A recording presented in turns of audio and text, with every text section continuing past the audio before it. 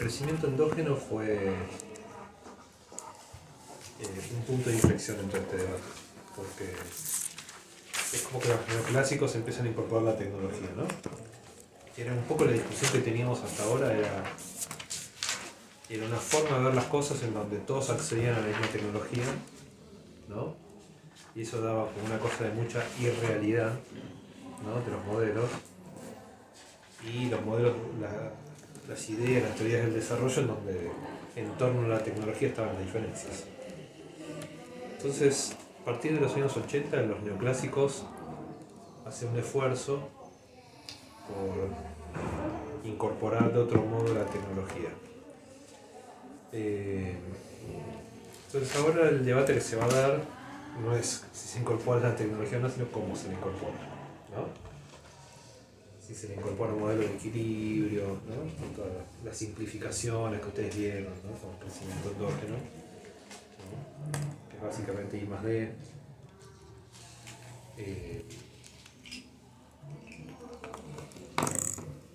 Me parece importante que entiendan esto. Lo neoclásico, lo ortodoxo, es un abordaje ahistórico. Es decir, no es que hay que incorporar la tecnología porque la tecnología históricamente se vuelve importante, ese no es el punto. Teníamos un modelo y lo vamos mejorando, pero ese modelo se aplica siempre a cualquier tiempo y espacio. No es que porque ahora pasó algo hay que incorporar algo nuevo. Siempre es una teoría universal que se le van agregando variables, se le van agregando cosas a medida que se va desarrollando la teoría, pero fíjense que no es un modo de teorización histórica, no se teoriza históricamente.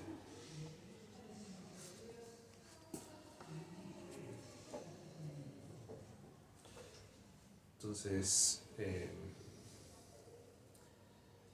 digamos, pero esto le permite a los neoclásicos un nuevo lenguaje, que es, por ejemplo, hablar de I más D, que no hablaba, no se hablaba de esto, era un residuo, era solo.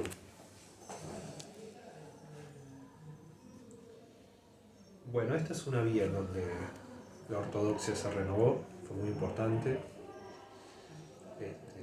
Tan importante que incluso de algunos modelos de crecimiento endógeno se puede predecir divergencia, ¿no? Eso lo viene con Santiago. Se puede predecir divergencia de un modelo ortodoxo, eso es una novedad, ¿no?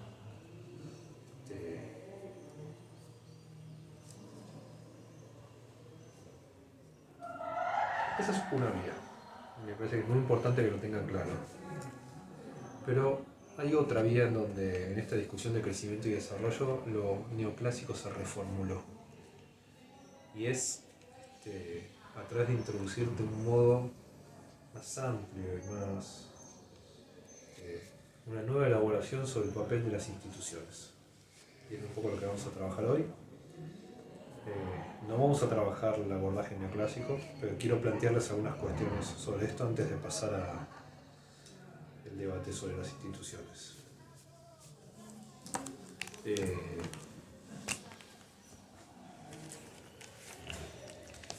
Empecé por decir algunas cosas que ya sabemos. Nosotros en nuestra materia ya hablamos de instituciones, o sea que para nuestra materia no es una novedad que las instituciones importan para el desarrollo económico. ¿Dónde vimos instituciones? El estructuralismo a través de lo que era el Fondo Monetario, instituciones de préstamos. Sí, ahí ya tenemos un buen punto. Herrschenkrone. Ahora volvemos con eso. ¿Cuál era la idea de instituciones en Herrschenkrone? Que impulsaban el desarrollo, ¿no? ¿Pero por qué eran tan importantes? Por el financiamiento. Bueno, Herrschenkrone lo vio en las instituciones de financiamiento, pero su argumento teórico era que tenían una relevancia particular. ¿Por qué eran muy importantes? Pueden ser distintos tipos de instituciones, pero ¿por qué para Herrschenkrone las instituciones eran tan relevantes? Ahora. ¿Ninguno se acuerda? Para lograr el desarrollo industrial en los países atrasados.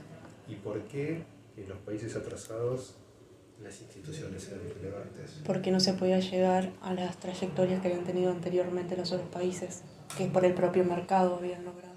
Claro, digamos, tirando un poquito más de tu argumento, podemos decir que uno podía imitar y copiar la tecnología, pero incluso para imitar Sí. había que hacerlo de un modo diferente. Ese modo diferente implicaba cierto marco institucional diferente, ¿no? Adaptar el desarrollo al país. A la posición en la que está en la estructura. Entonces, el líder tiene las instituciones que le sirven para liderar, pero el que viene de atrás requiere un entramado institucional para acercarse, ¿no? Entonces, fíjense que ya lo tenemos ahí como clave, ¿no? Como clave como de la política, de lo que hay que hacer, de lo que hay que construir, rompiendo la idea de que todos tienen que hacer lo mismo, ¿no?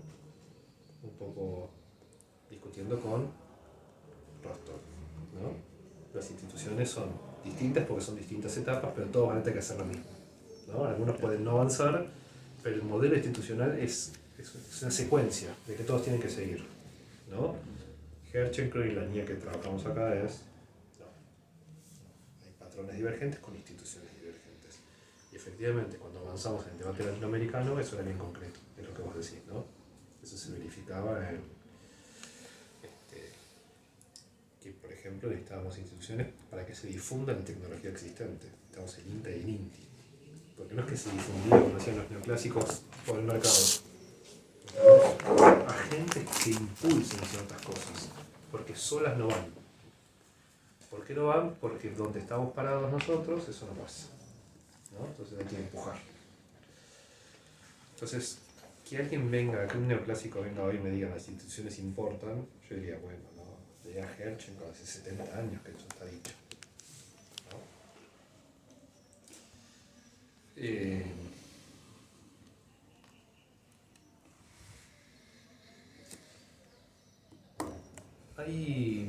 Ahora nos vamos a meter un poco en la teorización neoclásica.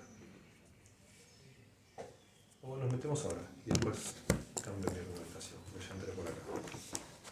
No les di bibliografía sobre el neoclásico, aunque los textos que yo les di de Chang y de Rivera Ríos hablan un poco, hacen referencia a eso.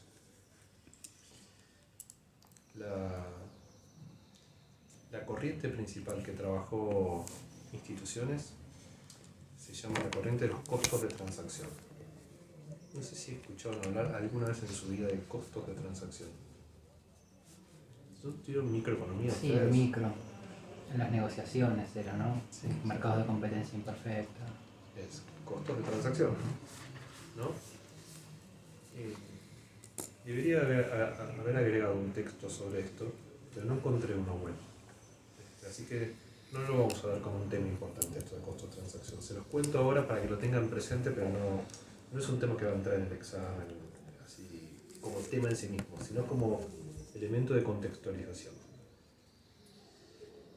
Tradicionalmente los costos de la teoría neoclásica, ¿cuáles son?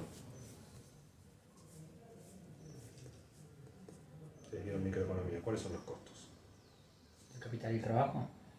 Sí, los costos de producción. ¿Qué cuenta para...? Salario. Sí, producir, lo que cuesta producir. Trabajo, capital, tierra. Distintas modalidades de... Entonces todos los modelos están dichos de que a cierto costo hay una ganancia normal, ¿no? Y un modelo justo, ¿no? Hasta la productividad del trabajo, la productividad, ¿no?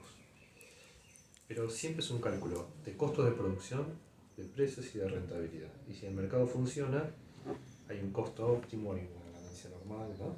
Ahí converge. Bueno, hay un conjunto de autores, se los nombro no para que ni siquiera para que lo noten, para que lo tengan. Williamson es como un referente del institucionalismo, que va a decir lo siguiente: los costos que hay que tener en cuenta no son solamente los costos de producción, sino también los costos de transacción. Bueno, entonces hay que definir costo de transacción. El costo de transacción es el costo de usar el mercado para hacer transacciones. Esto parece una cosa que no tiene mucho sentido. El costo de usar el mercado para hacer transacciones. A ver, apelo a la memoria a ustedes. de microeconomía. ¿Qué es el costo de la pelea del mercado para hacer transacciones?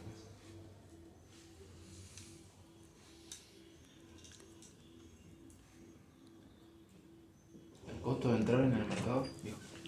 No, De usar. el mercado. Ah, de usar. Hola. Buenas.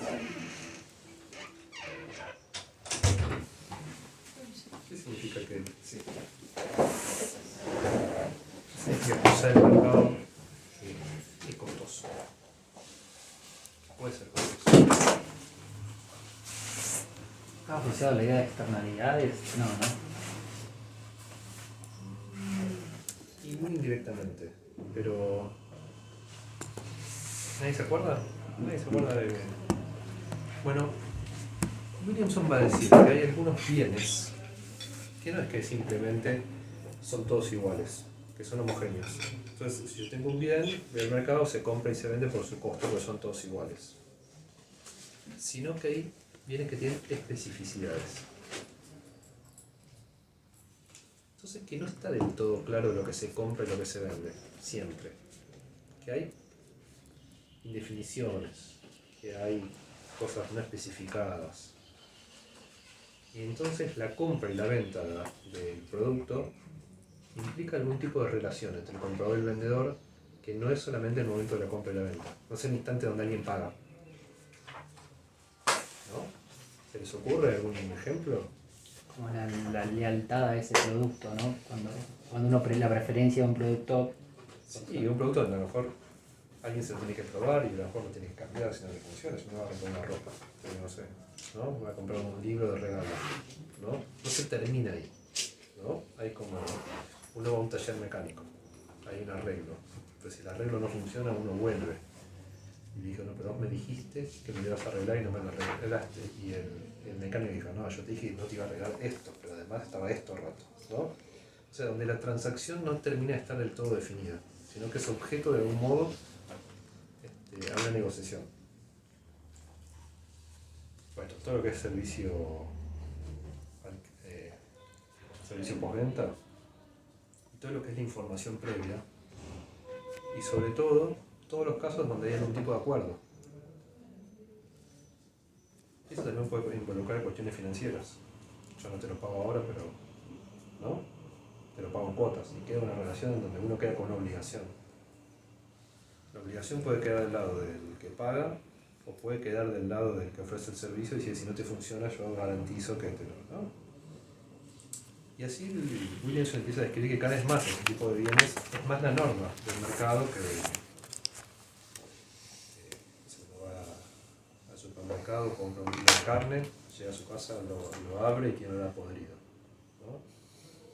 Lo vuelve y lo cambia.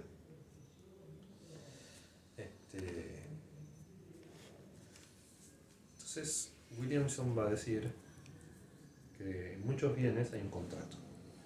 Hay un contrato. No es solamente una compra y venta. El mercado es más complejo. Es un tipo de acuerdo donde hay una serie de acuerdos.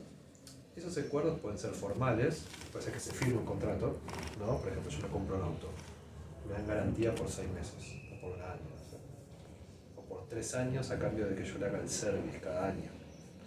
Un contrato, ¿no? Ese contrato puede estar firmado, o ese contrato puede ser un acuerdo implícito, ¿no? Yo voy a comprar la carne, si no la podrida, no firmé nada, pero lo cambian, ¿no? Y si no me lo cambian, no voy más. Hay un acuerdo implícito de que eso se hace de determinada manera.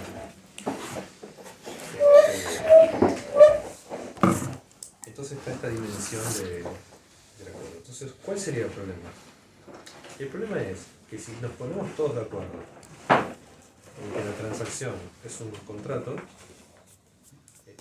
ese contrato puede cumplirse, pero hay un riesgo de incumplimiento. Si hay lo que llama Williamson conductas oportunistas. O sea, si alguien dice, ¿no? Hacemos A, pero después en la práctica, ¿no? Que es el mecánico que dice, no, yo te dije esto, pero en realidad me encontré con que era otro problema, ¿no?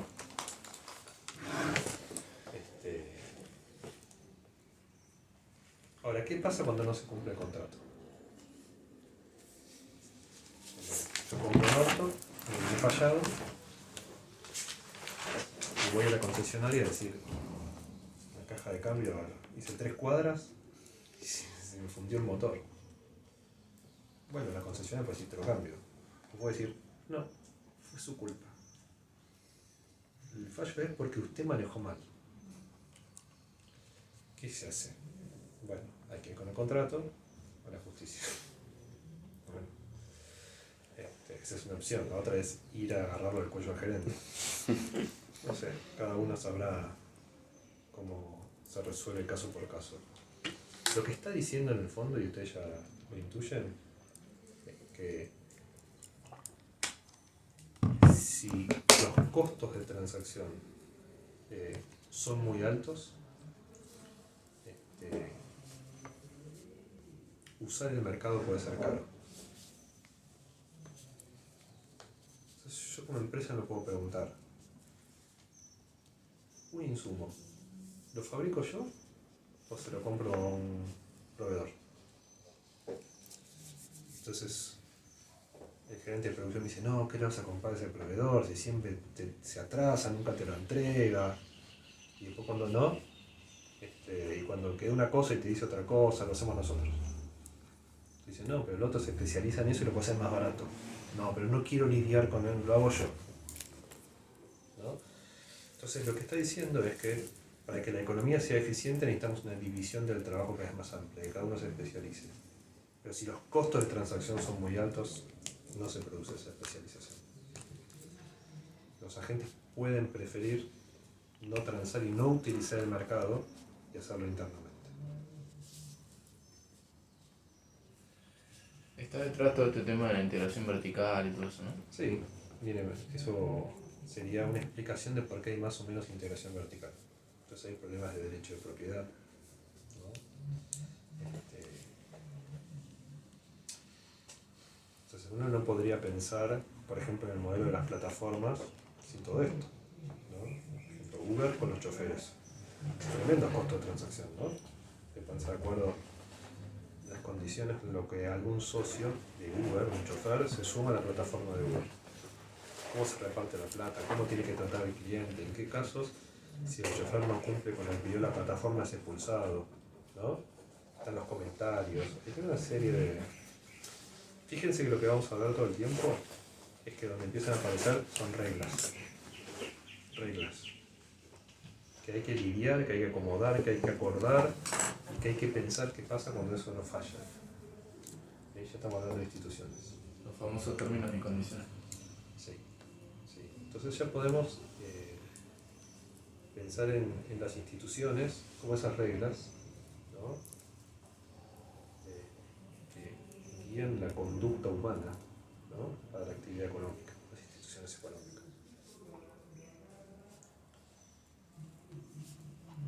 Entonces, desde este punto de vista neoclásico, las instituciones son eficientes cuando permiten reducir los costos de transacción. ¿Se entiende este punto?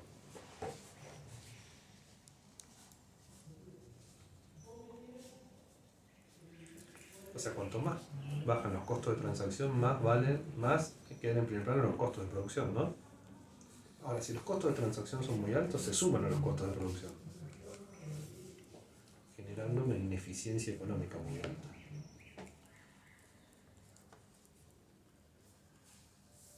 Entonces aparece el discurso de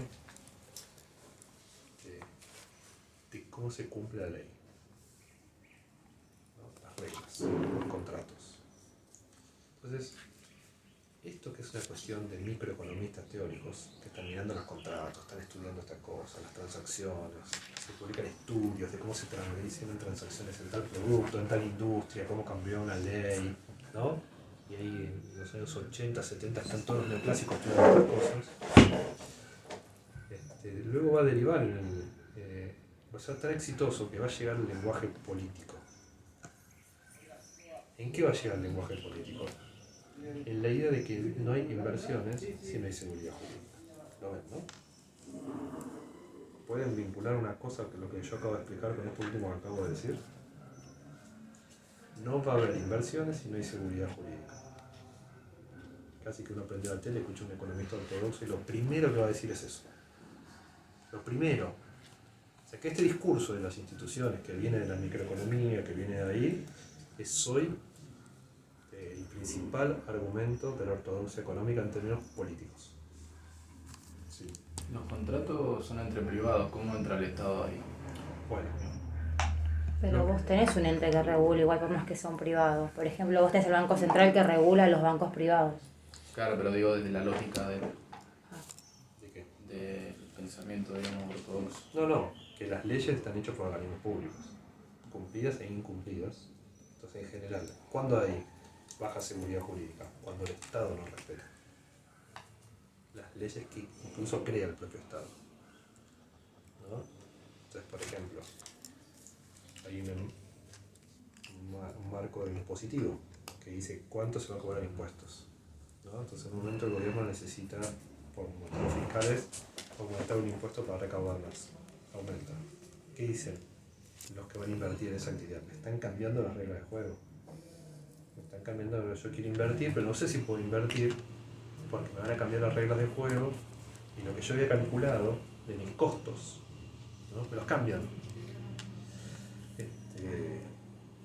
Y bueno, ahí viene todo el discurso de la corrupción, ¿no? Y es un discurso político muy fuerte que asigna a esta cuestión de las instituciones y una forma particular de ver las instituciones. ¿Qué son las instituciones? Son las reglas que el sector público le pone al sector privado, para que el sector privado produzca. Pero alguien podría decir, bueno, puede haber un gobierno malo, ¿no? Que cambia las reglas, pero si la justicia funciona, va a ponerle un límite al Poder Ejecutivo. O sea que, en el fondo lo que están diciendo es que tiene que funcionar la división de poderes. Que, por ejemplo, si un gobierno pone retenciones a las exportaciones muy altas, la Corte Suprema puede decir, eso es confiscatorio, ¿no? Entonces, finalmente están apelando a la justicia, ¿no? A que la justicia funcione.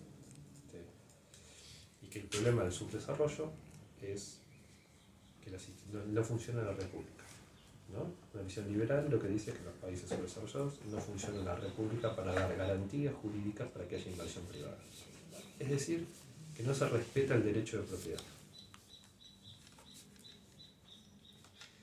Y esto, si ustedes están atentos y ven el lenguaje de estos días, está en el centro de la discusión, ¿no? Entonces,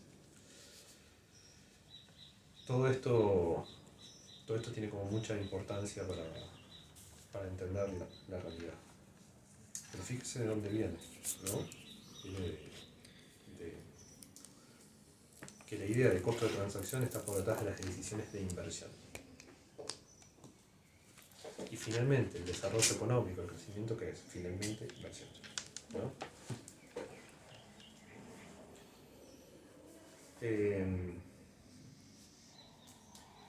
Bueno, podríamos profundizar un poco más, pero yo creo que con esto estamos. No, voy a agregar algo más. Hay un autor que se llama Douglas North.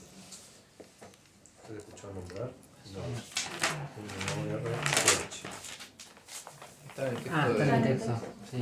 Está citado regularmente. Sí. Perfecto. Ahí tienen el texto, tienen las referencias si quieren ir a buscarlo. Cuando yo ir a buscarlo, yo sé que ahora no van a ir a buscarlo. Quiere decir que si a ustedes el tema les interesa y se quedan pensando en estos temas, pueden volver. O sea, les interesa profundizar en estos temas. North fue Premio Nobel de Economía por incorporar las instituciones en la explicación. Y una de las cosas muy interesantes de North es que hace análisis histórico, porque las instituciones son históricas. Entonces aparece un ortodoxo que está pensando en términos de equilibrio, en términos de costo de producción más costo de transacción, que está pensando con todo el esquema de cómo piensa un economista, pero que incorpora análisis histórico. Esto es un cambio importante para la ortodoxia. Cuando uno mete las instituciones, tiene que de alguna manera meter la historia. Entonces, cuando uno mira los textos de North, todos son análisis históricos de cómo funcionaron las instituciones en algunos países, como en otros no, eso es interesante. Pero bueno, hay un concepto de eficiencia que es neoclásico, que no se pierde.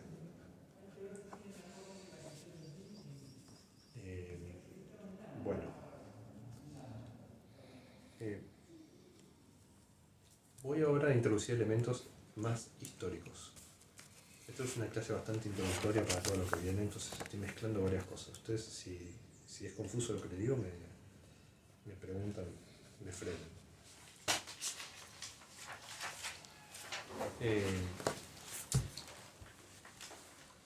Esta vuelta a la importancia de las instituciones se dio en un contexto histórico particular. Esto es lo que les quiero decir. Que hay que entender esta cuestión. Hasta los años 60, 70, en el mundo predominaba cierta visión heterodoxa. Pero a partir de los años 80, hubo lo que se llamó una contrarrevolución neoclásica, ortodoxa. Que tiene que ver con la vuelta a la idea de la teoría universal. Esa vuelta de la teoría universal viene a plantear que hay un único modelo para todas las economías. Un poco lo que ya estoy entrando en Chang. Vuelve de algún modo a plantear que parte de los problemas de los países subdesarrollados es que quisieran hacer algo distinto. Y hay que volver al modelo que funciona. Y ahí es lo que se dio en los años 80, se dio a llamar neoliberalismo, que fue como un programa de reformas pro mercado que se presentó como un modelo universal para todos los países, ¿no? Entonces eso en nuestra región se conoció como Consenso de Washington. No sé si escucharon hablar de estas cuestiones, lo han visto en algunas materias más históricas, que es la idea de un programa de reformas de mercado universal. O sea, todos los países tienen que tomar un modelo. Es interesante esto, porque es un modelo como de ideal de funcionamiento institucional, pero que no se corresponde con cuáles son las instituciones de los países desarrollados. No se corresponde, pero aparece como el modelo que todos tienen que alcanzar. Es una idea tipo Rostow, ¿no? Para pasar esta etapa todos tienen que... ¿Cómo era ese modelo? Sí, el contenido. Es que vos tenías que agotar todos los recursos para pasar a la siguiente etapa No, y era... Eso es Rostow, el Consenso de Washington. ¿Qué decía? Había un decálogo del gobierno como si fuera una especie de ¿Y el contenido cuál era? apertura económica. Una era bajar los aranceles y Privatizaciones. Privatizaciones. Y reducción fiscal del gasto. Sí. ¿Qué más? Unificación del tipo de cambio. Bueno, ahí había diferencias, pero la idea es tipo de cambio libre. Tipo de cambio libre. ¿No? Y tasa de interés también. Sí, ¿No? bueno, claro. Y lo que está faltando es desregulaciones, ¿no? Estados que regulan mucho. Entonces, dejar que funcione más el mercado. Básicamente, después cada país lo aplicó de modo distinto. Argentina lo aplicó con un tipo de cambio fijo, por ejemplo, ¿no? Pero aplicó apertura, liberalización financiera, Privatización. ¿no? Desregulación. Mantuvo algunas regulaciones. Por ejemplo, el sector automotriz sigue siendo regulado, ¿no? La Tierra del Fuego sigue siendo regulado. Todos los países hicieron, pero avanzaron, ¿no? A un programa de reformas de mayor apertura, de mayor liberalización financiera, de mayor entrada y salida de capitales financieros, de privatización de empresas. No fue en todos lados igual. Por ejemplo, en Chile, que es un país que es considerado muy neoliberal, no privatizó el cobre. El cobre siguió en manos del Estado. Argentina privatizó el YPF, por ejemplo. Bueno, hay muchas particularidades, pero hay un movimiento en esa dirección. Ese movimiento fue bastante internacional. En los años 80, Thatcher en Inglaterra, Reagan en Estados Unidos. También, lo que pasa es que en esos países, lo vamos a ver cuando veamos la materia de estrategia y política industrial, hay una diferencia entre la retórica, la narrativa de lo que se hace y lo que efectivamente se hace.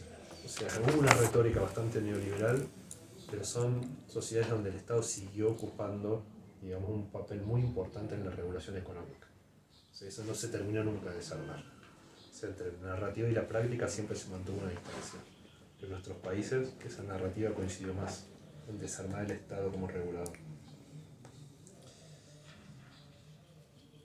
Entonces, pensemos la lógica. Tenemos mucha regulación, tenemos mucho Estado, tenemos poca competencia. Una palabra clave acá es competencia. Cuando hay mucha regulación, se está restringiendo la competencia. Entonces, veníamos como del modelo previo, y la idea es que si nosotros liberamos y hay competencia, la competencia va a generar más eficiencia económica. ¿Por qué? Porque los ineficientes van a ser expulsados, ¿no? Las regulaciones permiten sostener los ineficientes, ¿no? Si uno tiene un arancel,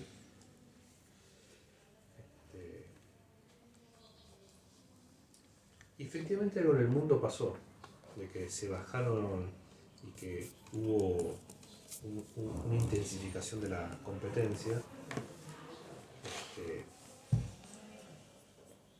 que permitió avanzar hacia algunos principios económicos de una mayor flexibilidad económica, ¿no? Esta es otra palabra importante, flexibilidad, ¿no? Por ejemplo, en el mercado de trabajo, la rigidez de, por ejemplo, un empresario dice, este trabajador ya no me sirve, lo echo.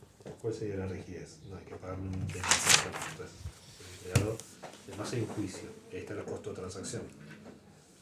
Yo tomo un empleado y no sé si lo quiero echar y después me hace un juicio, no sé si lo tomo, ¿no? Ahí está seguridad jurídica, costo de transacción. La idea de rompamos con la rigidez para que haya flexibilidad.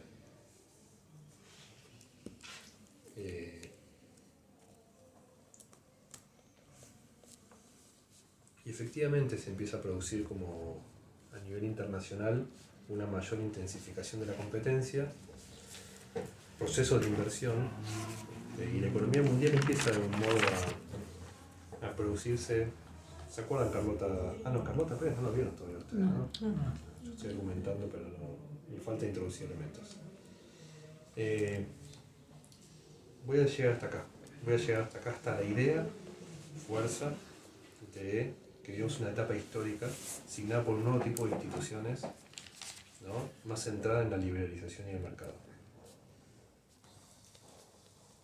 Y que ese modelo aparece con un cierto consenso de que es el modelo óptimo para todos los países. Aunque, como les dije recién, no siempre coincide esa narrativa con la práctica. De hecho, cuando todos estaban haciendo eso, China estaba planificando, ¿no? Su modelo de desarrollo, de otro modo.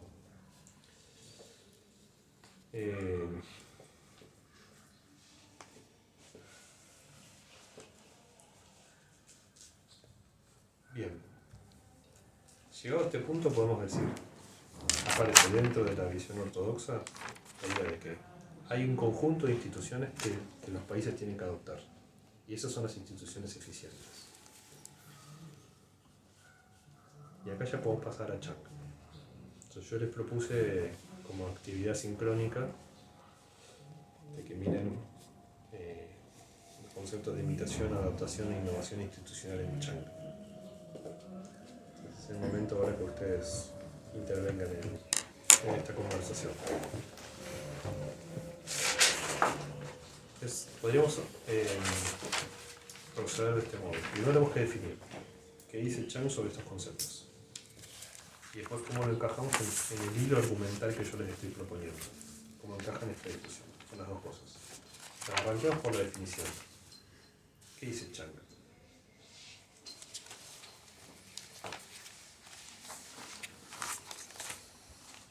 Respecto de la imitación, lo que dice es que hace cierta analogía con lo que decía, no lo menciona, pero se ve cierta analogía con lo de las ventajas económicas del atraso, de que los países pueden imitar instituciones de los subdesarrollados, de los desarrollados, pero lo que dice es que rara vez una imitación de las instituciones garantiza que sea satisfactorio el proceso. ¿Por qué? porque muchas instituciones están consolidadas o están basadas también por caracteres informales, no solamente por la formalidad. Que eso es Sostiene, difícil, claro. claro, están sostenidas y que es difícil de observar la informalidad. ¿Se entiende ese punto de la informalidad? ¿Qué quiere decir? Está relacionado con la cultura. Claro, que es una cosa Tradiciones. que una regla, cuando uno la aplica en un contexto, ¿no? Entonces uno copia algo de ahí, pero no se quiere decir que funcione de la misma manera. Es como bien decís vos, es una forma de pensar herchencroniana, ¿no? Lo mismo, en otro lugar puede querer decir otra cosa. Entonces, uno puede decir, bueno, hay un modelo óptimo, que es lo que plantea la ortodoxia, que hay que aplicar, y un primer punto ahí que Chang menciona es que se requiere cierto grado de adaptación para que las cosas funcionen. ¿Qué dice de ese proceso de adaptación? Y pone algún ejemplo, ¿no?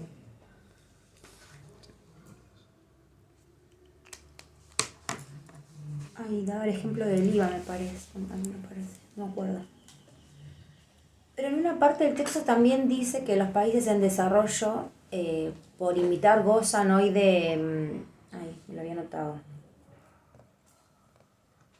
Gozan de mejores estándares de democracia política y derechos humanos y sociales por haber imitado las instituciones. Claro, como que hay cierto papel positivo de la Exacto, o imitación. sea, si bien no garantiza el triunfo, el poder imitarlo les brinda un mejor estándar Sí, en estos puntos. sí. Sí, están todos estos acuerdos internacionales que obligan a los países a adoptar ciertos, ¿no? Sí, Por ejemplo, de hecho, de eso que ella dice que los países en desarrollo hoy disfrutan de mejores estándares de democracia política, derechos humanos y desarrollo social. bien. Ahora, para el crecimiento y el desarrollo económico, esa imitación por Herchenkron, lo sabemos por Herchenkron, no alcanza, ¿no? Entonces, hay que adaptar. Ahí es donde tenemos la cuestión de la relación entre instituciones y cultura. ¿Qué les parece que dice Chang sobre instituciones y cultura? Que se necesita cierto grado de adaptación de las instituciones a la cultura para que funcione, digamos. Sí, pero discute algo más, porque dice, está la cultura, pero la visión ortodoxa plantea, a veces, a ver, porque esto se da cuando se aplican ciertas políticas y no funcionan. Entonces, lo que Chang está armando una conversación entre argumentos y contraargumentos. Se aplican, se imitan instituciones y fracasan. Entonces, los ortodoxos que plantean, no se implementó bien. Las instituciones estaban bien, pero fueron mal implementados. Y de parte por la cultura. Como si la cultura de un país no se adecuara a las instituciones óptimas. Entonces, hay países que por su cultura no logran encajar bien con las instituciones, ¿no? Entonces el problema es cultural. Son países que están culturalmente como atrasados, entonces no logran. ¿Esto les suena también? Menciona el tema del punto de partida, ¿no? Ahí ya como que se va metiendo en la parte histórica. Sí. Pero acá Chang mete un punto interesante, que es que no hay un determinismo, una causalidad que va de la cultura de las instituciones, sino que hay una interacción. Hay algo en la cultura de las instituciones, pero cuando cambian las instituciones también influyen sobre la cultura. Como que no hay un determinismo cultural. No es que en tal país esto no va a funcionar porque esa cultura es incompatible con esto, ¿no? Eso es como una visión en donde solamente la cultura anglosajona sirve, es la que se adecua a las instituciones eficientes. Entonces, es cierto que hay determinadas costumbres, patrones culturales diferentes que requieren, frente a esas instituciones, ¿no?, cierto proceso de adaptación para que funcione, Sí. ¿no? Pero lo que dice es que ese patrón cultural no es algo inmutable y estático, sino que es algo dinámico, que es algo que puede cambiar. Entonces hasta ahí llegamos a un punto de más herchencroniano, ¿no? Que es, bueno, no sé, los rusos en 1880 con el zar hicieron, ¿no?, la planificación centralizada, porque no, era su realidad, su cultura, ¿no?, el poder centralizado del zar, ¿no? Y en Inglaterra, una sociedad más individualista, la figura del empresario en el centro. Pero Chang da un pasito más y dice, la adaptación institucional puede ser necesaria, pero es insuficiente. ¿Insuficiente para qué? Para que se legitime en la sociedad. Sí, pero da un paso más.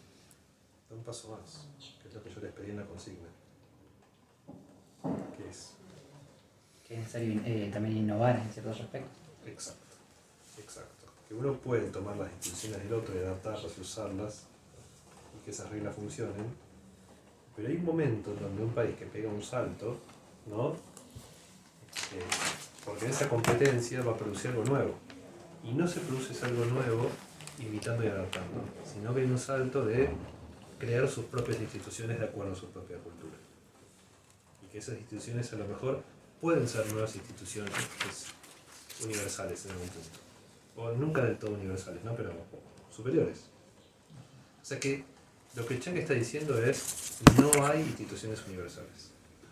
Hay instituciones que se imponen como dominantes, el resto de los países les imitan, en el mejor caso los adaptan, y los países que van a hacer un proceso de desarrollo son los que logran innovar. No en la tecnología, en las instituciones. Y si innovan en las instituciones, como consecuencia puede innovar en la tecnología. ¿Ven la vuelta? Sí. La discusión entre ortodoxia y heterodoxia. Entonces, cuando ustedes prenden la tele ahora de vuelta y ven un economista que diga, bueno, acá lo que estamos es seguridad jurídica y adoptar las instituciones de los países que funcionan bien las cosas. Ese sería como un razonamiento ortodoxo. Hay instituciones que funcionan, tenemos que aplicarlas, y si eso se aplica, esto va a funcionar. ¿No? Esa es una línea argumental de las instituciones, de visión ortodoxa. Acá con Chang le estoy mostrando esta vuelta de, no, eso puede funcionar pero tiene un límite. Un límite es la necesidad de la adaptación. Y lo otro es Innovar podría ser adaptarlas para uno mismo. No hace falta hacer un cambio radical. Bueno, O sí, no sé. Ahí nos metemos ya en donde para avanzar hay que meterse en el histórico y ver casos. ¿No? Y ver casos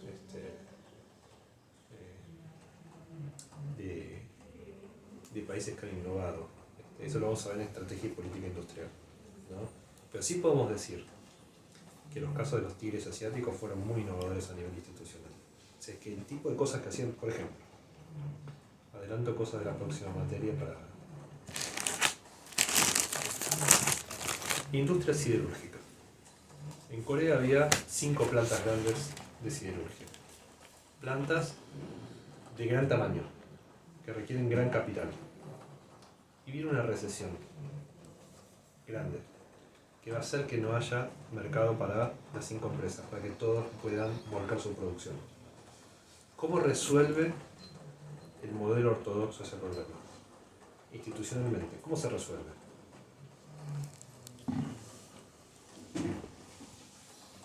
Tenemos exceso de producción, ¿no? Y caída de demanda, que es lo mismo, ¿no? Una oferta excedente para una demanda baja. Sube el precio. No, pero tenés poca demanda. Si sube el precio, otros venden más barato y salir del mercado, ¿no? O sea que no se puede, es un momento donde no se puede subir el precio, ¿no? O sea, lo que empieza a ver es que si nos guiamos por el mecanismo institucional del mercado, ¿el efecto cuál es? Una guerra de precios, ¿no? O sea, todos bajan para Todos poder van a vender, bajar, para claro. poder vender, porque hay poca demanda. Todo el que quiere vender tiene que bajar. Al punto en el que se empieza a... Ya no es rentable para hoy. que no es rentable y se empieza a destruir capital, ¿no? Hasta que alguno quiebra. Va a quedar la más eficiente. Alguno quiebra, claro, el que tiene más espalda financiera, alguno quiebra. Entonces se reduce la oferta y se equilibra la... ¿no? En todo caso, luego, si se recupera la demanda, podrá... Pero ¿cómo se resuelve? Con una guerra de precios hasta que alguno quiebra. ¿Qué decían los coreanos? Que entendían que eso era muy destructivo en términos sociales. Esa guerra de competencia destruyendo capital. Hacían lo que se llamaba comité de competencia. Se juntaban los 5 empresarios con el ministro de Industria y decían, en los próximos años va a haber espacio para 4 de las 5. Entonces vamos a determinar un acuerdo por el cual una de las empresas va a salir del mercado y los otros 4 van a ayudar a financiar su reconversión a otra actividad. Qué bien. ¿No?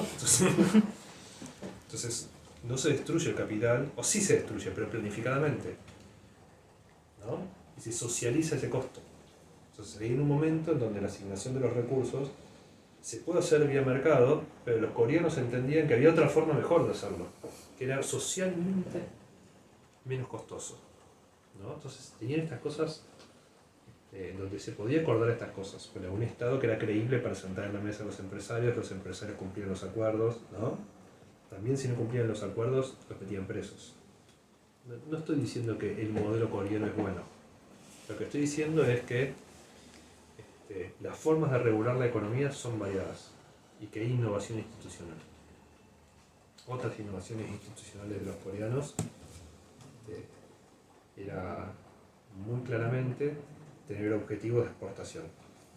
Entonces les daban incentivos muy fuertes para exportar y los hacían competir en las empresas.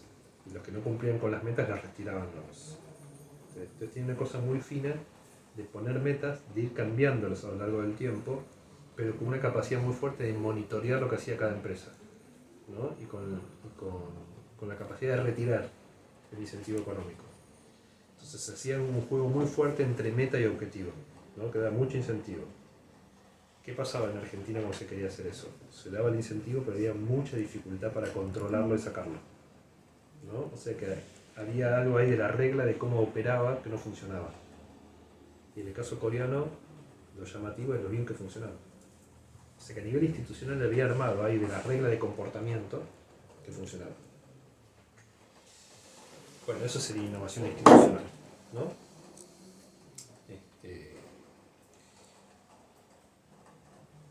Podemos, no sé, hablar de innovaciones institucionales de Estados Unidos. Por ejemplo, tal vez una de las más importantes de la historia, que es los contratos que hacía el Ministerio de Defensa con los proveedores de tecnología en los años 60 y 70. El Ministerio de Defensa de Estados Unidos tenía una zona multimillonaria de recursos para desarrollar tecnología militar. Entonces tenía contratos con proveedores que les pedía que desarrolle tecnología. Esos contratos, el Estado financiaba la experimentación. Ninguna empresa por sí sola hubiese podido financiar eso. Pero ¿qué es lo que hacía el Estado? No solamente financiaba a estas empresas, sino que juntaba a estas empresas con las universidades. Se hacían proyectos para el desarrollo de tecnologías estratégicas para lo militar, invirtiendo mucha plata, pero no en oficinas y laboratorios del Estado, sino en proyectos con empresas privadas y con universidades sobre áreas estratégicas. Sobre esa base desarrolla todo lo que fue el Internet después. Surgió ahí protocolos de comunicación para la defensa militar. Fíjense Internet. Tenemos puntos de comunicación de una defensa. ¿Qué era Internet? Era un protocolo en donde si se destruía un punto, la red seguía funcionando, ¿no? Uno podía destruir un punto, pero cada punto era independiente de otro en particular, sino de una red en general, ¿no? Pero sobre la base de eso se armaron todos los protocolos y todo el hardware después para hacer eso. Entonces, esa forma no tiene nada que ver con cómo en Europa se desarrollaba la tecnología, que era básicamente público y después transferido al Estado. Estados Unidos en los años 60-70 arma el complejo industrial militar vinculado con la alta ciencia de Estados Unidos y arma un modelo de inversión que no tiene que ver con el mercado. Ahora, una vez que esa tecnología madura, esa tecnología se transfiere a nivel civil y surge toda la industria electrónica, que sí es que le transfieren a las empresas privadas para que empiecen a competir por el uso de esa tecnología. Después aparecen los... Pero el salto fuerte fue una planificación que no fue del mercado.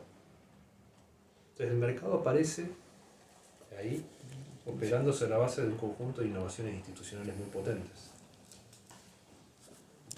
Y de hecho estas agencias de Estados Unidos de programación de la alta innovación son las que van a explicar Intel, por ejemplo, los microprocesadores, los proyectos estratégicos de vacunas, de biotecnología, ¿no? Cuando Pfizer saca la nueva vacuna, no es que Pfizer en sus laboratorios desarrolle una nueva molécula, es que hay 10.000 millones de dólares para un programa de estudio de biotecnología de ARN mensajero con los principales científicos del mundo para desarrollar una tecnología que le transfieren a Pfizer para que luego haga una vacuna. Eso que hace ahí es una planificación, un acuerdo, contratos, contractores, con alguien que decide financiar el avance de lo estratégico. Y luego aparece el mercado. Cuando miremos estrategia y política industrial vamos a ver toda esta variedad de instituciones. Ahora, volviendo acá, el consenso de Washington es la negación de todo esto. Es la idea de que todos tenemos que hacer lo mismo, que la eficiencia es del costo de producción, pero no del desarrollo de la tecnología. Eso se sigue dando por sentado. Que el desarrollo de la tecnología lo hace el mercado. Y bueno, Chan, innovación institucional. Me parece que es un punto importante para plantear la centralidad de las instituciones a nivel teórico, como los neoclásicos vuelven a plantearlo, pero más en clave de costo de transacción, de seguridad jurídica, ¿no? ¿Qué sería? El Estado fija reglas. Esas reglas tienen que funcionar para que el mercado después te desarrolle. Sobre reglas que funcionan, ¿no?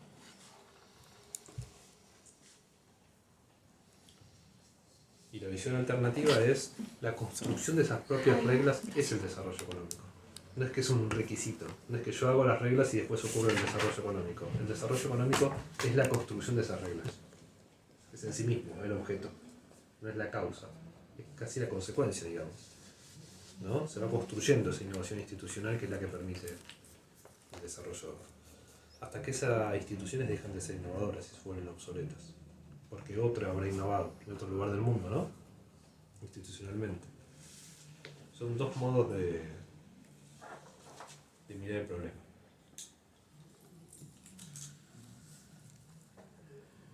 Es el momento de preguntas y comentarios. Si no se entendió algo, es el momento. Yo no entendí esta última parte, lo de que el mercado viene como después de... Bueno, en realidad lo dije mal. No sé si viene después, si es la palabra justa que viene después. Pero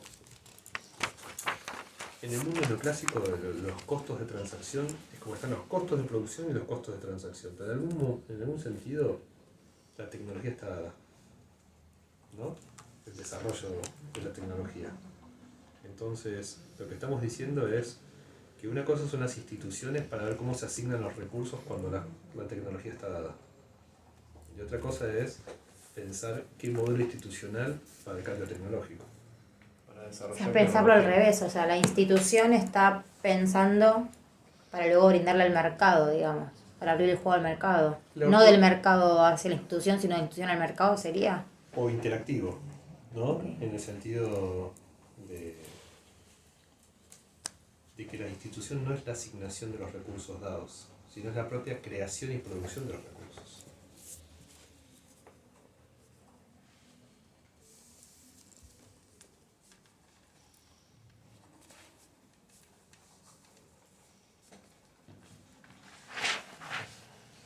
A ver, si puedo... Siempre me da la impresión de que los ejemplos a veces no son del todo claros, pero sirven para la discusión. Si la tecnología y la producción estaría dado, no tiene mucho sentido poner aranceles. ¿En qué sentido? Hay alguien que produce con alta productividad. Yo pongo aranceles porque puedo pensar que todavía internamente no hay un tiempo para construir esa inversión, para llegar al nivel de productividad internacional, ¿no? Hay un tiempo de maduración, eso es como era el texto que vieron con Santiago, el texto del principio, ese que veía como la madurez, la productividad. ¿Se acuerdan? ese texto de Bell. ¿No lo vieron con Santiago? Bell, Ross y Larsen, ¿cómo se llamaba? No lo vieron, ¿no? No está en el programa. Bueno, lo habremos cambiado. Era un texto que mostraba la productividad internacional y un país que llega tardíamente, como la productividad, digamos, el costo de producción es más alto y a medida que va evolucionando el tiempo van convergiendo, ¿no? Entonces a lo mejor se puede proteger una industria porque cuando están haciendo el costo inicial es muy alto, ¿no? Eso también es Herrchenko, ¿no? Industrialización tardía. Pero que llega a cierto punto en donde, de la maduración, donde ya no tiene sentido.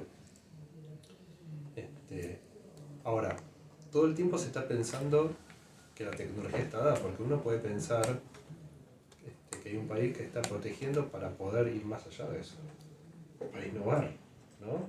Que está dándole una renta monopólica para que eso se reinvierta para cambiar la tecnología. No que se está protegiendo solamente para obtener una ganancia sin competir.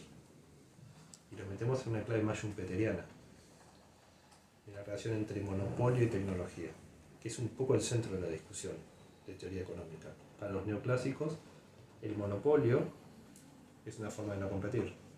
Yo tengo el monopolio, por lo tanto, produzco menos cantidad a más alto precio, ¿no? El monopolio es un privilegio que tiene alguien, ¿no? Para vender más caro y producir menos. Si hubiese más competencia, tendría que vender más barato y producir más. Sí. ¿No? Esa es la idea. Bueno, en clave schumpeteriana, a lo mejor el monopolio es la condición para invertir más, para innovar, ¿no? Se requiere ciertas condiciones, o sea, donde la idea está puesta en un flujo que se va construyendo, una trayectoria, ¿no? Que la propia trayectoria es la que va reproduciendo ese monopolio para poder seguir innovando.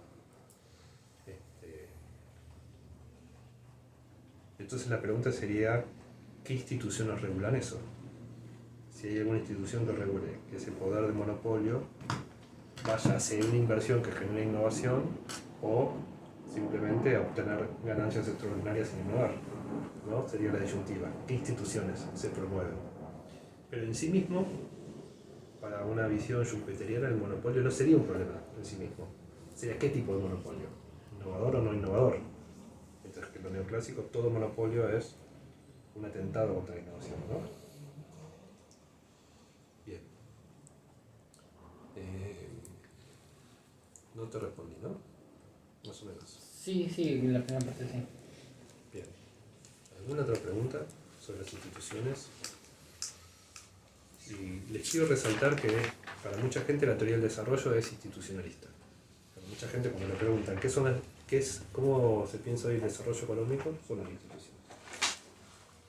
Incluso lo van a ver por la televisión, cuando los economistas hablan, tienen mucha influencia de esto, ¿no? Por eso es que Chang menciona que el desarrollo, la innovación de instituciones es limitado porque tiene que tener un alcance como una legitimidad en la cultura, en la sociedad.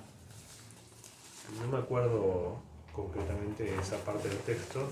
En la última parte, ella en las conclusiones menciona que la innovación queda como limitada. Puedo buscar el texto. ¿Te acordás dónde está? En la página 135. Es el último párrafo antes de los comentarios finales. Que dice: una nueva institución no puede funcionar a menos que consiga cierto grado de legitimidad política entre los miembros de la sociedad, y para ganar legitimidad la nueva institución debe tener resonancia en la cultura, instituciones existentes, que limite el alcance de la innovación institucional.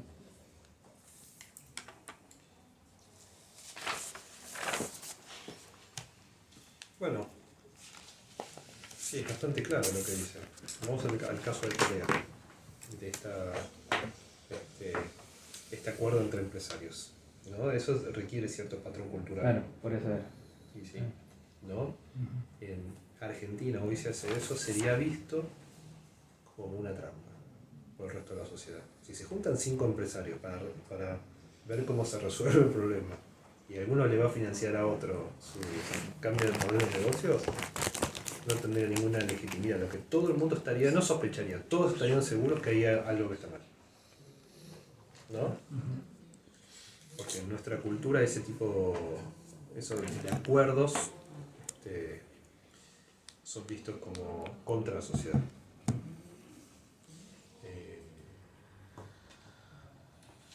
Pero es interesante el tema de la cultura, porque finalmente ese consenso de Washington tiene la idea de la superioridad de la cultura anglosajona. Y eso es un poco ofensivo. No es que nosotros nos tenemos que parecer a esos países para desarrollarnos. Nosotros no tenemos por qué desarrollar nuestra cultura, ¿no? Y es como uno de los puntos de la ortodoxia, que es lo de Rostow, ¿no? El modelo final es Estados Unidos, producción en masa en los años 60, que todos se parezcan a ese país. ¿Por qué? Es como si Inglaterra diría al siglo XIX que todos se parezcan. Sí, en ese momento, después vino otro, ¿no? Y antes de Inglaterra estuvo Holanda, y antes estuvo Italia, ¿no? Y las cosas cambian. Y probablemente China, que parte de su modelo, tenga que ver con la cultura china, ¿no? Aunque adaptó mucho también del occidental. Bueno, puedo pasar ahora al texto de Rivera Ríos, que lo que tiene interesante es que nos va a plantear, nos va a ubicar el problema para los países subdesarrollados, ¿no? Que es un poco, o sea, más específicamente lo va a plantear vinculado al problema del subdesarrollo. Rivera Ríos, ese texto lo que tiene es que es un texto de divulgación de una problemática bastante compleja. Entonces, reúne como ciertos elementos de discusión que me parece que está logrado el texto. Que plantea, en vez de leer 10 autores, ahí están sintetizados algunas cosas que... Entonces, antes de avanzar, ¿leyeron Rivera Ríos? ¿Sí? ¿Sí? ¿Sí? ¿No? No. ¿Sí?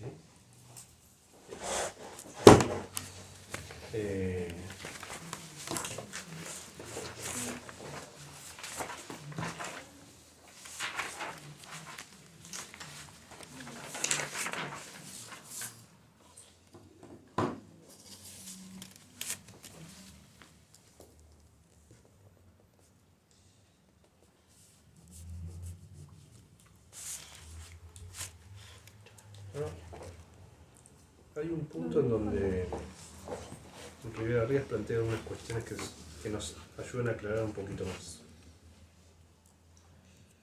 Es la diferencia entre instituciones y organizaciones. ¿Cuál es la diferencia?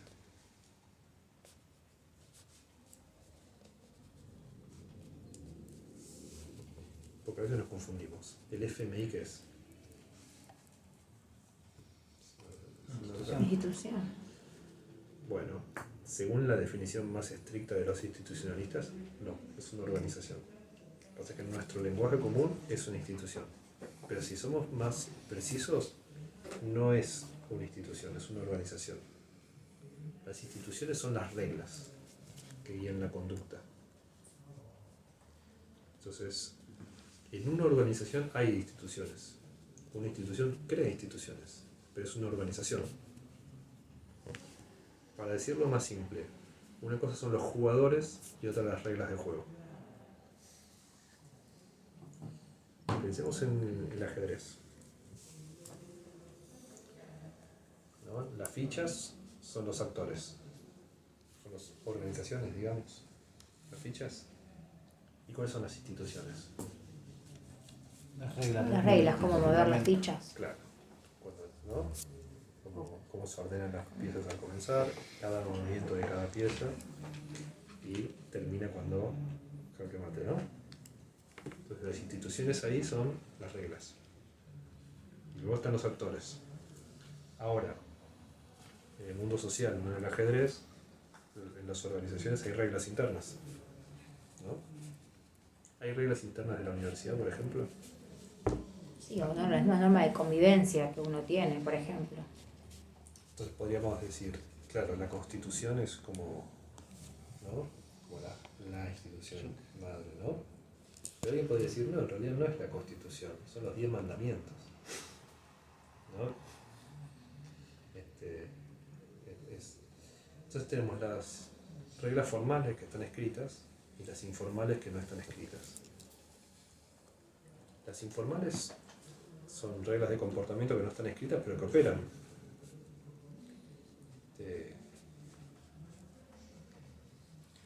Si yo entro acá a la clase, están ustedes, yo entro, y digo buenas tardes, y ninguno me contesta, ¿no? Hay algo del rito, de la norma de conducta que se rompe. O sea, algo está pasando. No está escrito que ustedes me tienen que decir buenas tardes, pero si ustedes no me dicen, hay algo que institucionalmente está funcionando mal, ¿no? Y no está escrito que eso tenga que ser así, no es que yo les puedo hacer bajarle las notas, pero no sé si hay clase. Si yo les digo hola y ustedes no me contestan, ¿no? Porque hay cierto marco de costumbre, de cosa compartida, que hace que la sociedad funcione, aunque no esté escrito. Eso no está más relacionado con la ética y la moral, digamos, las reglas informales, porque de algún lado se construye esto que acabas de decir. Sí. Ah. Se construye que hay lo que se llama reglas de comportamiento humano, ¿no? También en la sociedad se rompen esas reglas de comportamiento humano, ¿no? Por ejemplo, puede haber un candidato a presidente que insulta a los demás y que en otro momento dice, no, este no puede ser presidente. Y en otro momento diga, no, me gusta este porque insulta. Porque cambia. Lo que era la costumbre, alguien decía, no, en otro momento, una persona que decía, te voy a mandar, era expulsado. Pero a lo mejor ahí se rompieron tantas conductas sociales y tanta bronca acumulada que alguien agarra y hace eso y es visto como que eso está bien, algo que en otro momento estaba mal, ¿no? Entonces, ese juego de lo no escrito también cambia y da lugar para cosas nuevas. Pero tenemos las cosas, por ejemplo, hay reglas. Si un profesor encuentra a un alumno copiándose un examen, puede agarrar, hacer un escrito, presentarlo en una instancia y pedir una sanción. Porque hay un reglamento que dice eso, ¿no? Ahora, si yo le digo, hablo con ustedes no me responden el saludo, no sé qué pasa. No está escrito, pero no funciona el proceso educativo si no hay un mínimo de que nos reconocemos, de que hay un respeto, de que hay algo que tiene que funcionar. Entonces hay reglas que esta del saludo es universal, ¿no? Ahora, tengo un amigo que se fue a hacer un doctorado en Inglaterra y le dieron una oficina. Y en la oficina habían 2 ingleses y él entraba de Argentina y él entraba y saludaba y no le contestaban. Decía buen día y no le contestaban. Ay, no me muero. Y después entró otro y no saludaba y vio que nadie saludaba, que no era con él, pero él había entrado 3 días y había dicho Buen día. good morning. Sí. Y no le respondieron.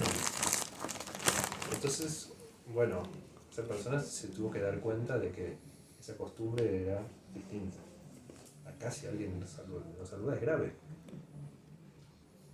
Y allá los otros a lo mejor ni entendían que no, porque no estaba la costumbre de cuando se entra saludar.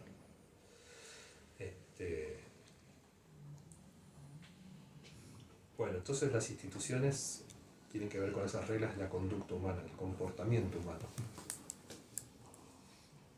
Y las organizaciones son, en términos económicos, los actores. Ahora, hay actores que crean instituciones. Por ejemplo, el Congreso. El Congreso es un actor que se dedica a crear normas, ¿no? La universidad es un actor que está en un marco institucional, pero tiene su propio estatuto, sus propios reglamentos, ¿no? Sus propias pautas culturales internas. Y podemos decir que hay ciertas costumbres que en una clase se dan que en otra clase no. Porque, ¿no? Cuando un profesor propone una cosa, propone otra, o sea que hay como instituciones principales, secundarias,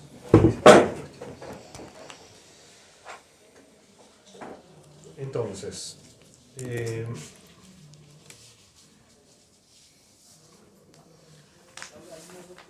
institucionalismo va a plantear este cambio institucional como motor de la explicación del desarrollo.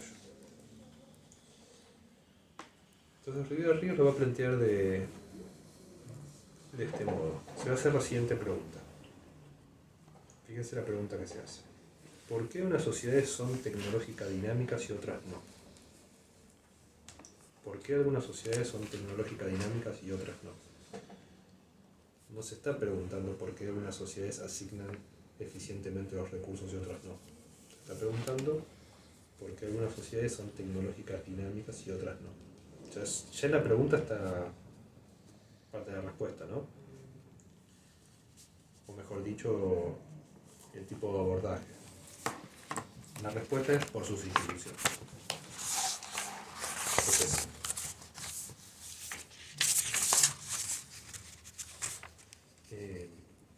¿qué serían en este modo instituciones que funcionan bien? Son instituciones que funcionan bien desde el punto de vista del desarrollo económico, ¿no? Que promueven el dinamismo tecnológico.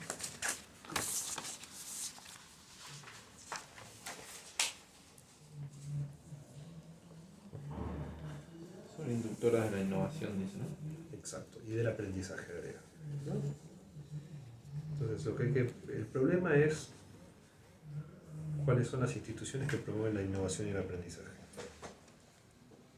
Porque no está dada la tecnología, sino que hay una disputa todo el tiempo por imponerla, y el desarrollo económico consiste en buena medida en ese fenómeno, ¿no? Y entonces se lo va a tomar en serio esta definición y va a decir: países desarrollados tienen instituciones que promueven la innovación y el aprendizaje, y va a hablar de países de desarrollo tardío, que tienen instituciones que bloquean la innovación y el aprendizaje. Fíjense lo que dice. Instituciones que bloquean la innovación y el aprendizaje. Países desarrollados, países de desarrollo tardío. Acá es una mezcla, Rivera Ríos, ¿no? Porque es Herchenkron, pero habla de desarrollo tardío.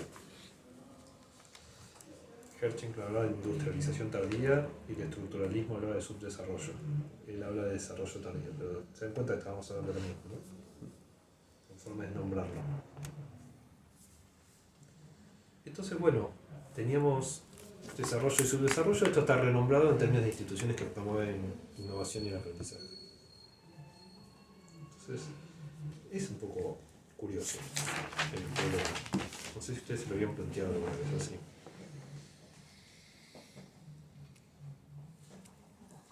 Entonces la pregunta es, ¿por qué en los países de desarrollo tardío existen instituciones que bloquean la innovación y el aprendizaje? Entonces les pregunto a ustedes, ¿qué pasa? ¿Por qué? El autor menciona que parten de una situación desfavorable, ¿no? Como que el impacto del sistema capitalista ya los desfavorece desde el punto de partida, y eso es lo que ocasiona que el aprendizaje sea distinto. Para poder ver esa situación desfavorable tenés que ver la historia de las instituciones. Exacto. O sea que hay una forma de cómo esos países se integraron en la economía mundial, ¿no? Entonces, en uno se produjo la revolución industrial, ¿no? O sea que se produjeron las instituciones que promovieron, ¿no?, la revolución industrial, el cambio, la innovación, el aprendizaje. Y de alguna manera los otros países se integraron subordinadamente a ese proceso. Entonces acá yo estoy tentado de decir lo siguiente. ¿Quién bloquea la innovación y el aprendizaje? ¿Es un problema interno o son los actores que promueven la innovación y el aprendizaje? Quiero decir, si yo soy líder y tengo la innovación y el aprendizaje, parte de mi éxito no implica también bloquear que mis competidores no aprendan, ¿no? ¿No hay algo? Él habla de un grupo que dirige el Estado. Bien. Vamos, bueno, ¿cómo es tu nombre? Guillermo. ¿Querés desarrollar el punto ese? Hay un grupo que dirige el Estado y sus intereses a veces pueden ser contrarios a la sociedad, y entonces retrasan la innovación y el aprendizaje. Muy bien. Guillermo trae un punto muy importante, que es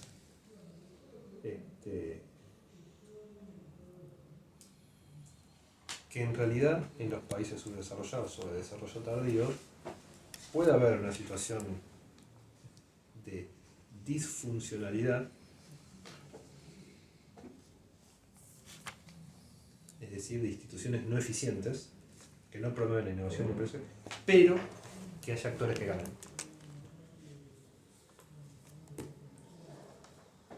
Entonces, que ese tipo de instituciones que bloqueen la innovación y el aprendizaje pueden ser estables y pueden reproducirse.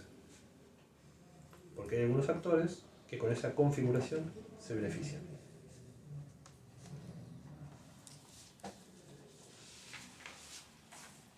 Al menos que haya como una crisis, ¿no? Que menciona algún choque endógeno, exógeno.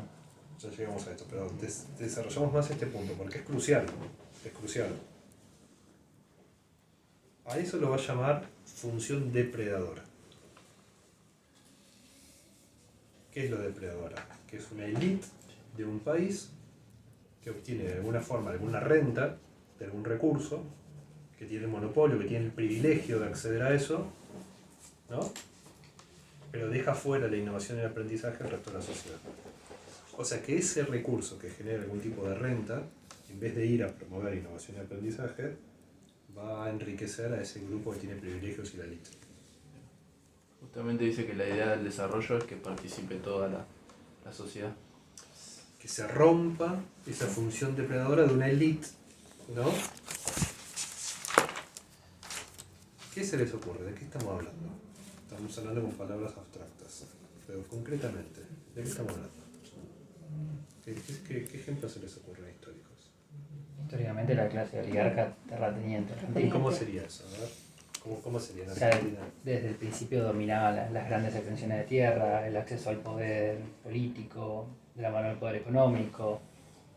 Desde el principio ya estableció las reglas del juego y ya eran los ganadores, digamos, y fueron sobreviviendo a lo largo del tiempo, solamente que mutando otras Y actividades. no solamente que dominaban esas actividades que tenían rentabilidad y que estaban articuladas con los países innovadores y ¿no? Sí, que necesitaban sí. no importar esos bienes, sino que cuando alguien quería cobrar impuestos o tocar el privilegio, ¿no? A lo mejor había un golpe de Estado, había una configuración de poder para sostener eso. Entonces se oponían a una industrialización que creó otros actores económicos, ¿no? Entonces durante toda la industrialización sustitutiva, ese fue un conflicto permanente. Después la literatura va a hablar de que a partir de los 70 no solamente está la oligarquía terrateniente, sino cierto poder financiero, que también tiene un carácter así rentístico, ¿no? Y la discusión se va a hacer muy amplia, no quiero que nos metamos en los ejemplos, pero piensa en un país africano que tiene un recurso natural muy valioso, ¿no? Un país que tiene, no sé, petróleo, diamantes, ¿no? Y que hay una familia que controla el acceso al recurso porque controla el Estado. Entonces viene a lo mejor una potencia extranjera que trae la tecnología para explorarla, pero parte la comparte con, ¿no? Pero esa familia que gobierna. Entonces tenemos una sociedad pobre, la familia que tiene acceso al privilegio, ¿no? Y la exportación del mineral. Esa es la función depredadora. Es una sociedad que tiene una estructura de poder relativamente estable, que funciona, pero que no tiene instituciones que promueven la innovación y el aprendizaje. ¿Ven el punto del subdesarrollo, el desarrollo tardío? Sí. Cuando dice que funciona es para ellos mismos, no Funciona funciona quiere en la sociedad. Funciona quiere decir que se reproduce, que no entra en crisis, que puede permanecer, Sí. que funciona en el Es sentido dominante. de, claro, Tiene una lógica de reproducción algo así. claro, se reproduce. Entonces puede ser que haya, ¿cómo lo llaman? Lo llama funcionalidad sin eficiencia. Y ahí lo cita Stiglitz. Funcionalidad sin eficiencia. O sea, que son instituciones que funcionan para dar estabilidad, pero no para transformar la sociedad. En el sentido de eficiencia de promover la innovación y el aprendizaje, ¿no? Incluso dice algo así como que se pueden tomar medidas económicas, pero si no se cambia la lógica de reproducción. Bueno, es muy curioso porque ese argumento está un poco influido por la coyuntura. Es el argumento de Milei, es la casta. Sí, finalmente, Milei, desde su posición ultra liberal, lo que está diciendo es que hay una función depredadora del Estado que es la casta, que es un conjunto de actores políticos que toman recursos de los que producen para tener privilegios. Y que eso es lo que estaría bloqueando la transformación del país, ¿no? O sea que finalmente que esta es una visión más heterodoxa, está tomado acá en este caso por la ortodoxia. Ahora, lo que sería la élite depredadora sería la clase política, ¿no? Está identificada como la clase política, no como una clase económica, sino como una clase política. Bueno, no quiero... importante es el concepto. Acá. Entonces, este es el problema de subdesarrollo y las instituciones.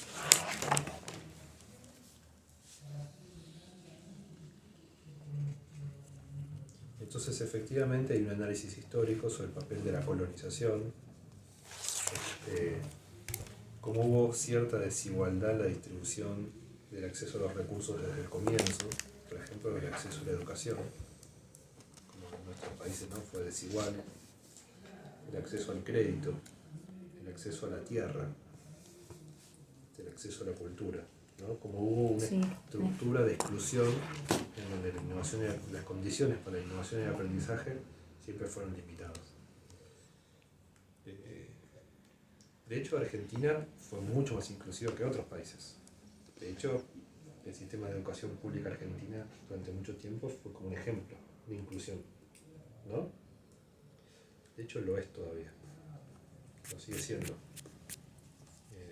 El sistema público de ciencia y tecnología, de educación, entonces en otros países en donde realmente el acceso a la universidad está vedado para las grandes mayorías, pues son carísimas o son muy malas. En muchos países de América Latina hay universidades baratas, pero son malísimas.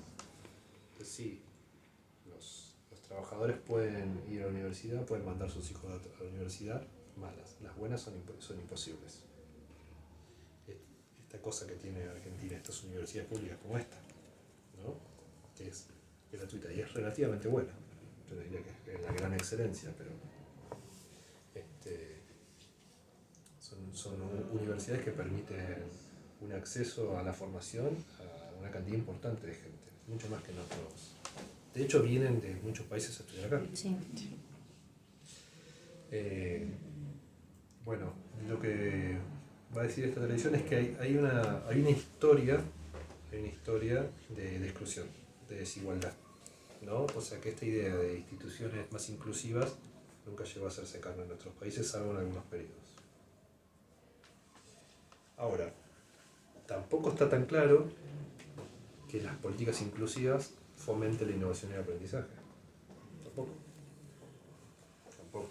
Porque no puede ser políticas inclusivas, pero que no fomenten la innovación y el aprendizaje, ¿no? Eso lo ven, ¿no? Sí. Que puede tener una pretensión más inclusiva, pero que las instituciones no sean eficientes en el sentido planteado. Porque hay un modelo de cómo se promueve la innovación y el aprendizaje, que uno lo puede imitar, lo puede adaptar o puede innovar. Y puede ser que uno quiera hacerlo, pero no pase de la imitación, o apenas una adaptación, y no tenga muy claro cómo se promueve esto.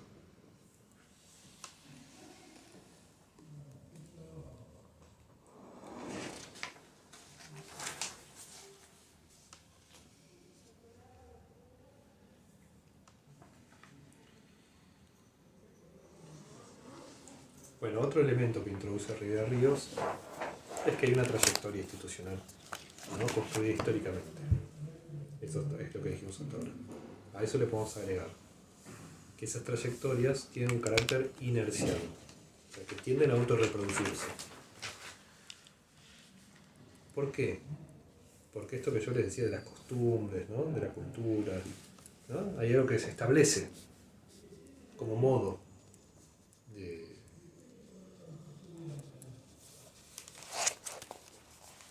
Entonces la dificultad del cambio institucional es romper esa trayectoria que se autorreproduce inercialmente. O sea que no es cambiar las instituciones, tiene esta dificultad, que es romper un patrón histórico.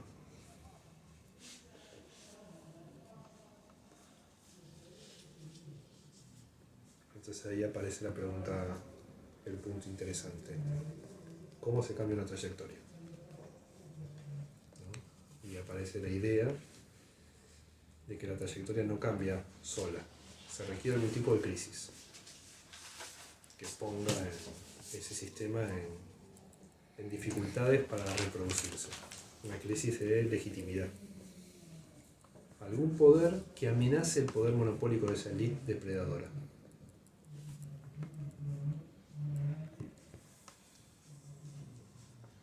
Entonces habla de choque endógeno por una crisis interna, un choque exógeno, ¿no? Por ejemplo, de una guerra, una conquista.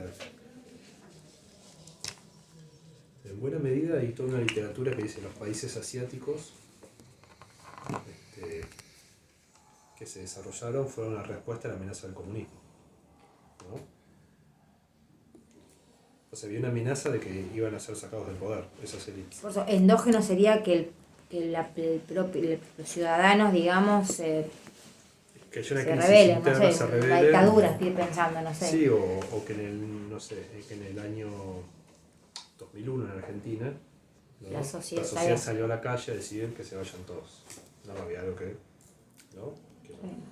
Y que eso se deslegitime y que los que vengan no les quede otra que promover la innovación y el aprendizaje. Bueno, vamos a hacer la evaluación política de lo que pasó después, no lo vamos a hacer acá, la hará cada uno. Pero digo, eso podría haber sido un choque endógeno. Podríamos estar viviendo un choque endógeno ahora, ¿no? Hay algo de eso. Hay algo de que hay un problema serio de legitimidad. De lo que está pasando ahora no es difícil que se siga reproduciendo de este modo. Y que venga quien venga, si no logra producir un cambio, Va a ser un problema, sí. ¿No? Entonces, esa sería una fuente de cambio en el centro de desarrollo, una crisis institucional producto de una crisis interna de legitimidad. Y el otro es cuando es un problema externo que tiene más que ver con la geopolítica. Para entenderlo, Corea del Sur se desarrolla en parte porque Corea del Norte era comunista, que quería avanzar hacia Corea del Sur, y Estados Unidos apoyó a Corea del Sur de alguna manera para que pueda tener una respuesta a esa amenaza externa, ¿no? O sea que hubo ahí esa élite se dio cuenta de que tenía que hacer algo que le dé legitimidad para poder reproducirse, porque estaba amenazado con una alternativa, ¿no? Que la podía reemplazar concretamente.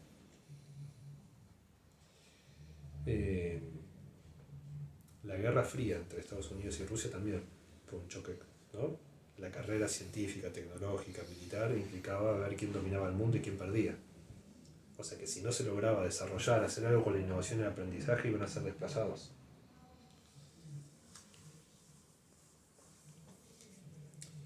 Bueno, está puesto así.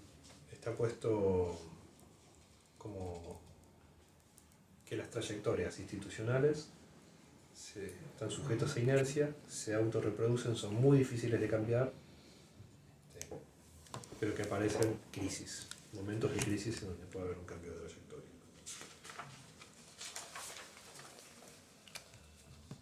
Menciona también que la transformación es un proceso político, también, aparte de económico y cultural. Sí, lo que está diciendo es que es sobre todo un proceso político. Lo que está diciendo es que cuando hablamos de instituciones estamos hablando de política.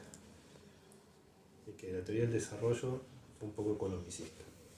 En plantear lo económico cuando lo fundamental es un proceso político. Que tiene efectos económicos. Pero que es en lo fundamental un proceso político. La idea sería que el grupo de élite que capta lo mayor del excedente se vea obligado a socializarlo. Pero tiene que haber alguien que aproveche esa oportunidad también, ¿no? ¿En qué sentido? Y de ver la crisis. La emergencia de nuevos actores. Claro.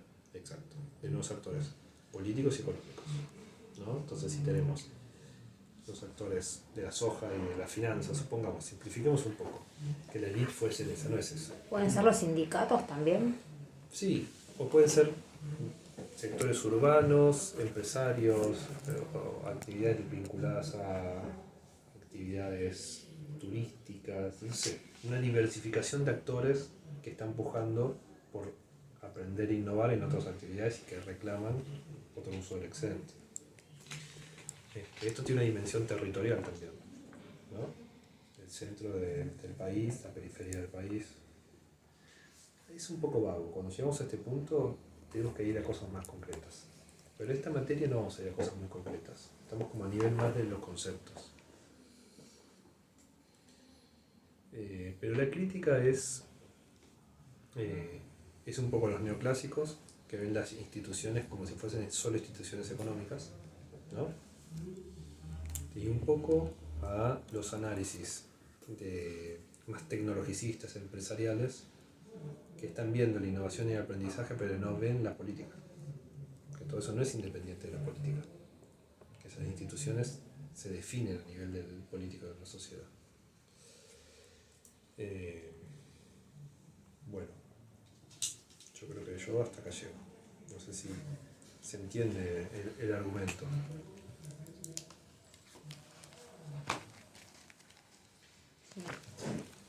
Entonces, queda claro que hay una cuestión con las estructuras de poder,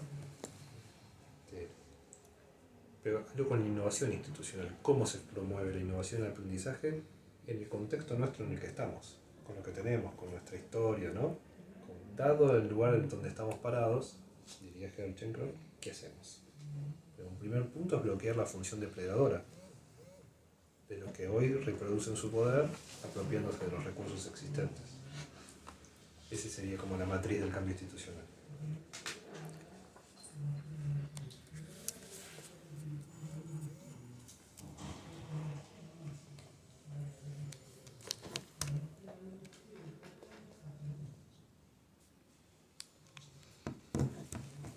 ¿Algo más? ¿Un comentario? ¿Estamos? Bien. Bueno, les tengo las notas del examen. En general estuvieron bien.